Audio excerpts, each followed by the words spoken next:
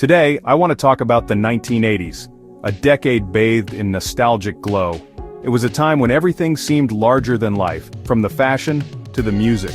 We think of big hair, neon leg warmers, and the birth of MTV.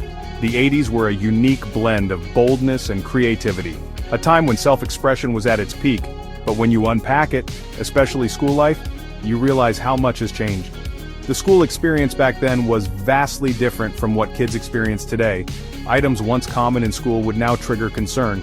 From the types of school supplies to the way students interacted, it was a different world. We're diving into 10 things kids brought to school in the 1980s that would raise eyebrows today.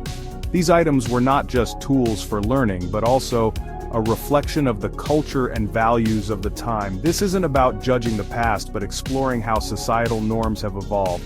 It's fascinating to see how what was once considered normal can now seem so out of place. So, grab your Trapper Keeper and let's journey back. We'll explore these items and the stories behind them, shedding light on a time that was as colorful as it was transformative. First up, unprotected sports equipment. Back in the 1980s, the approach to sports gear was vastly different from what we see today.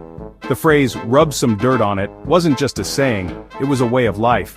Kids would head out to play with minimal protection, and the idea of specialized sports gear was almost non-existent. Think gym class or after-school sports in the 80s. Children would often participate in physical activities with the bare minimum of safety equipment.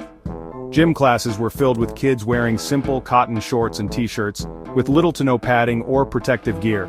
The focus was more on participation and less on safety. Safety standards were not as stringent as today. The equipment used was often outdated and lacked the advanced safety features we now consider essential.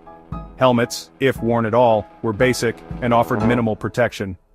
Shin guards were thin and flimsy, and mouth guards were rarely seen. Thin foam helmets for street hockey, flimsy shin guards, and plastic sticks were common.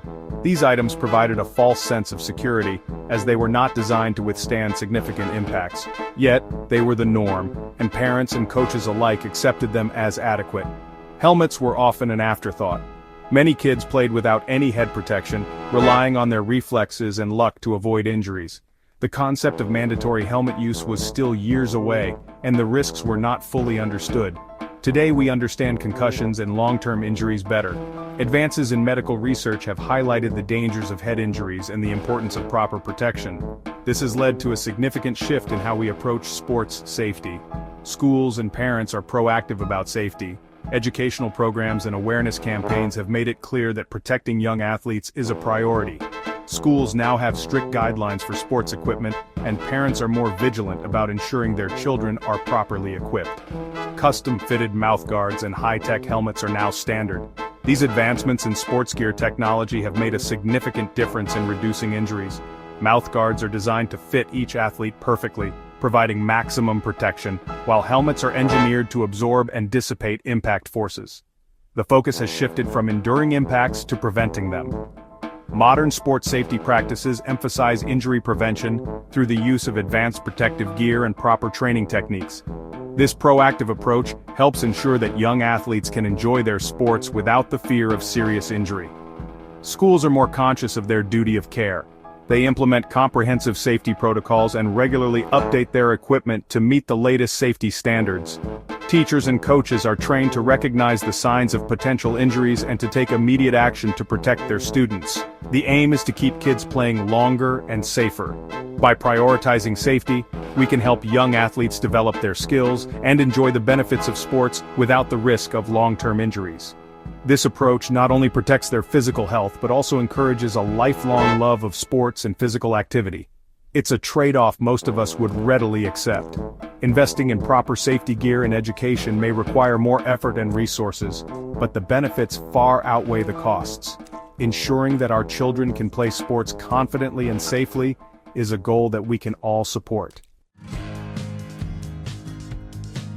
Next up, mixtapes. These small plastic rectangles were more than just a way to listen to music. They were a form of self-expression, a way to share your favorite songs with friends, and a means to capture the essence of a moment in time. Imagine painstakingly recording songs off the radio, waiting for your favorite track to play, and hitting the record button at just the right moment. It was a labor of love, requiring patience and precision. or curating tracks onto a cassette, carefully selecting each song to create the perfect playlist. Each mixtape was a unique creation, a personal statement, and often a heartfelt gift. These tapes could feature explicit lyrics that wouldn't fly in schools today. Back then, the content was raw and unfiltered, reflecting the rebellious spirit of the youth. Schools are now more attuned to the content students consume. With the rise of digital media, educational institutions have implemented stricter guidelines to ensure a safe and respectful environment. Policies regarding explicit content are more defined and enforced. Teachers and administrators are vigilant, monitoring the media that students bring into the classroom. Schools aim to create a safe and respectful atmosphere. The focus is on fostering an environment where all students feel comfortable and protected. The casual sharing of explicit music is now heavily moderated. Digital devices are checked, and students are educated about the importance of consuming appropriate content. The mixtape represents a freedom curtailed by content moderation. It was a symbol of a time when music was a personal journey, unbound by the rules and regulations that govern today's digital age. Let's talk about aerosol products. The 80s were the era of big hair, requiring industrial quantities of hairspray. Hairspray is flammable, and the idea of students armed with aerosol cans is alarming today. Fire safety protocols are stricter now. Schools are scent-aware to accommodate students with allergies. The humble can of hairspray now represents environmental and safety concerns. The focus has shifted to safer alternatives. When school libraries had a wilder side, kids had access to questionable reading material. The boundaries of acceptable content were more porous. Today, school librarians carefully select age-appropriate materials. There's a greater awareness of diverse student needs. The internet has changed access to content, leading to stricter school policies. The 80s offered serendipity in discovering boundary-pushing books. Today's environment is characterized by deliberate curation and scrutiny. Hold these for my mom, the cigarette era. Kids bringing cigarettes to school for their parents was not uncommon. Smoking was more socially accepted. Today schools are tobacco-free zones. The idea of a child possessing tobacco products is now alarming. Schools focus on creating a smoke-free environment. The shift reflects a greater understanding of health risks. The potluck perils, homemade treats for all. Classroom parties with homemade treats were common.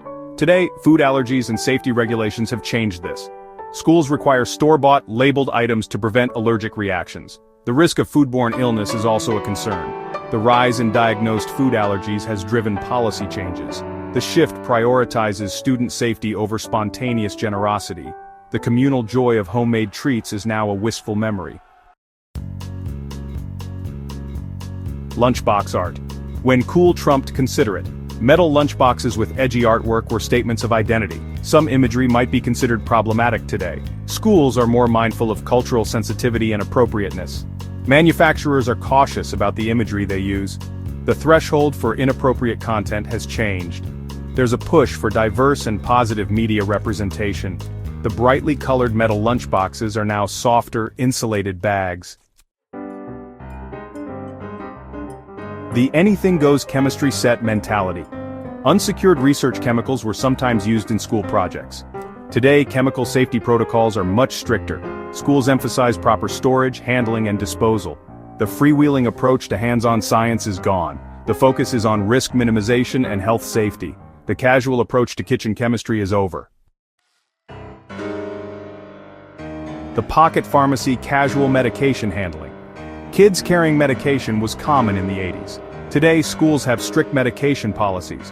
All medication is stored and administered by the school nurse. The shift reflects safety and liability concerns. Schools ensure medication is handled safely. The school nurse manages all student health needs. The system prioritizes safety over convenience. When toy guns were just toys, or so we thought. Toy guns were common in the 80s. Today, realistic-looking toy guns would trigger emergency responses. Schools have zero-tolerance policies for anything resembling a weapon. The focus is on eliminating ambiguity and prioritizing safety. The carefree play of the past is now viewed cautiously. The context has changed due to real-world events. The shift reflects a loss of innocence and a focus on safety. Looking back, moving forward. Reflecting on these items isn't about judging the past, it's about recognizing how our understanding of safety and health has evolved. Schools prioritize the well-being and protection of children. Everyday objects serve as markers of that evolution. They tell a story of changing norms and advancing science. Share your memories in the comments below.